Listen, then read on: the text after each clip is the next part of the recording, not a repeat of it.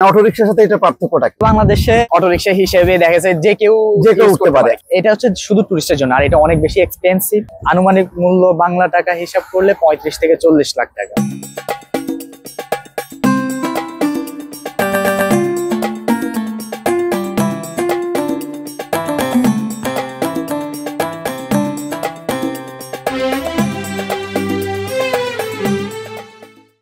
রিয়াজউদ্দিন, আপনি এই যে বিজনেসটা করে কেমন করতেছেন? এখানে কতদিন আসছেন?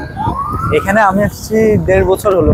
1.5 বছর হলো। আমি স্টুডেন্ট ভিসায় আসছি। স্টুডেন্ট ভিসায়। তারপরে কিভাবে কাজ করতেছেন? পড়া শেষ হলো, আমি হোটেল ম্যানেজমেন্ট ট্যুরিজম থেকে পড়া শেষ করলাম। আচ্ছা আচ্ছা। ফাইনাল এখনো শেষ হয় নাই, নেক্সট মান্থে আমার ফাইনাল। আর এটা হচ্ছে part time job. Part time job. তো এই জব করে মানে টিকতে পারতেছেন? মানে কেমন? এই জবটা হচ্ছে টোটালি ডিপেন্ড করে হচ্ছে লাকের উপরে। যেমন হচ্ছে যে সারাদিনে আমরা যদি ক্লায়েন্ট পাই, আবার অনেক সময় ক্লায়েন্ট নাও পেতে পারি। কখনো দেখা গেছে এখান থেকে আমরা 2 ঘন্টা দাঁড়ায় আছি ক্লায়েন্টের অপেক্ষায়, কিন্তু একজন আসলো করে ক্লায়েন্ট চলে গেল। আচ্ছা আচ্ছা, অনেকটা লাক। তবু ভালো মন্দ মিলায় তো মোটামুটি চলছে তো। আপনার নিজের মালিকানা না এটা, মানে আপনি ভাড়ায়? ভাড়া মানে এটা কোম্পানির আন্ডারে যা ইনকাম আসে, এটা কি আপনাকে বিশ্বাসের উপরেই দিছে? আচ্ছা, তো আপনি ইতালিতে তো স্টুডেন্ট ভিসায় আসছেন, এখানে কি? এখানে স্টুডেন্ট ভিসায় আসছেন। কোন সাবজেক্টে, কোথায় ভর্তি হয়েছেন? আমার সেই স্কুলে the tourism the Portugal, hotel management and tourism. আচ্ছা আচ্ছা, তো এটা কি লক্ষ্য কি আপনার এই পড়াশোনা শেষ করে? প্রথমে তো লক্ষ্য ছিল ম্যানেজমেন্টে যাওয়ার জন্য, কিন্তু এই জবটা পাওয়ার পরে এখন আর এদিকে কোনো ইচ্ছা নেই। এটা তো ট্যুরিজম সেক্টরে, আর এখানে ভালো লাগতেছে। কিন্তু এটা তো নিশ্চিত কোনো না, মানে কতদিন এটা কন্টিনিউ করতে পারবেন? এটা বেসিক্যালি সামার, আর পর্তুগাল যেহেতু 60% ডিপেন্ড করে হচ্ছে ট্যুরিজমের উপরে, ইকোনমিকটাই। হ্যাঁ, এই জন্য এখানে আমাদের ট্যুরিজমের ক্যারিয়ারটাই অনেক ভালো। আর আমার আগের স্টাডি ছিল ফিজিক্সে, ওটা আমি কনভার্ট করছি ট্যুরিজমের, কেননা আমি পর্তুগালে থাকার ইচ্ছা করছি। এখানে ট্যুরিজম সেক্টরটা হচ্ছে সবচেয়ে ভালো একটা। এখন এটা চালায় ট্যুরিস্টদেরকে বিভিন্ন পয়েন্টে নিয়ে যান, তো এখানে যা ইনকাম আসে সেটা দিয়ে কি আপনি নিজে চলেন এবং দেশে পাঠাতে পারেন টাকা? হ্যাঁ, পাঠানো যায়, কিন্তু এখন তো অনেক খরচ, ভার্সিটির খরচ, বাসা ভাড়া অনেক বেশি এখানে। মানে খরচ নির্বাহ করে বাড়িতে পাঠাতে পারেন টাকা পয়সা? মানে আপনি তো মানে অনেক ইয়াং।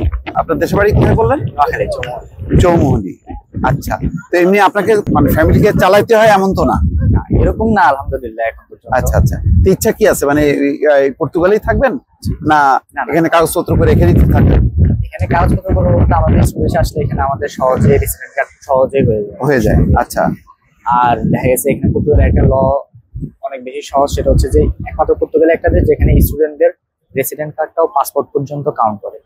যেমন অন্যান্য দেশে পাসপোর্ট গুলা কাউন্ট করার যে সিস্টেম গুলা, যে রেসিডেন্ট কার্ড অনেক অনেক বেশি হ্যাসেল, কিন্তু এখানে হচ্ছে যে স্টুডেন্টেরটা কাউন্ট করে না পাসপোর্ট অ্যাপ্লিকেশনের জন্য। কিন্তু এখানে আমাদের স্টুডেন্টের রেসিডেন্ট কার্ড যখন ইস্যু হয়, সেখান থেকে আমরা পাসপোর্ট পর্যন্ত টাইমটা কাউন্ট করে 5 বছর পরে ন্যাশনালিটি অ্যাপ্লিকেশন করতে পারি।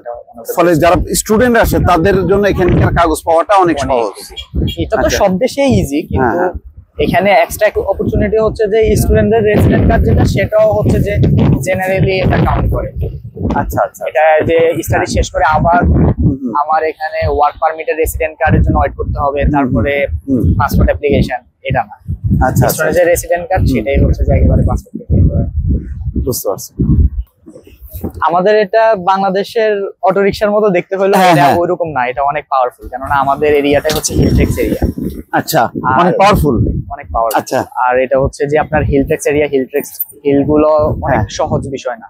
আচ্ছা, আলফামার হিলগুলো হচ্ছে যে 8th সেঞ্চুরি থেকে হিস্ট্রি এখানে। আচ্ছা, যে শহরটা 8ম শতাব্দীর, তাহলে কতটা পুরান শহর। আমাদের মানে অটোরিকশার সাথে এটা পার্থক্যটা কি? অ্যাকচুয়ালি অটোরিকশা তো বাংলাদেশে অটোরিকশা হিসেবে দেখা যায় যে কেউ উঠতে পারে। এটা আমাদের এখানে এটা হচ্ছে শুধু টুরিস্টের জন্য, আর এটা অনেক বেশি এক্সপেন্সিভ।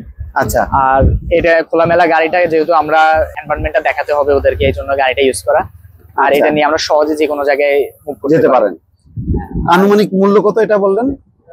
আনুমানিক মূল্য বাংলা টাকা হিসাব করলে 35 থেকে 40 লাখ টাকা।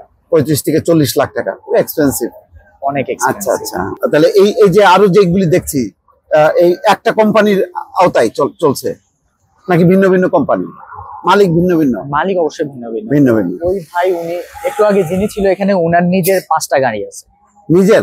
নিজের। উনি কি বাংলাদেশি? বাংলাদেশি। আমাদের এখানে অনেক বাংলাদেশি ভাইরা হয়ে গেছে। তো প্রথম দিকে বিজনেসটা অনেক বেশি ভালো ছিল, কিন্তু বর্তমানে অনলাইনের বুকিং এর জন্য আমরা দেখা যাচ্ছে কাজ করাটা অনেক ডিফিকাল্ট হয়ে যাইতেছে। অনলাইনে তারা অনেক বেশি প্রমোশন দেয়, অনেক বেশি লো কস্ট দিয়ে দেয়। আচ্ছা আচ্ছা আচ্ছা, বুঝতে পারছি।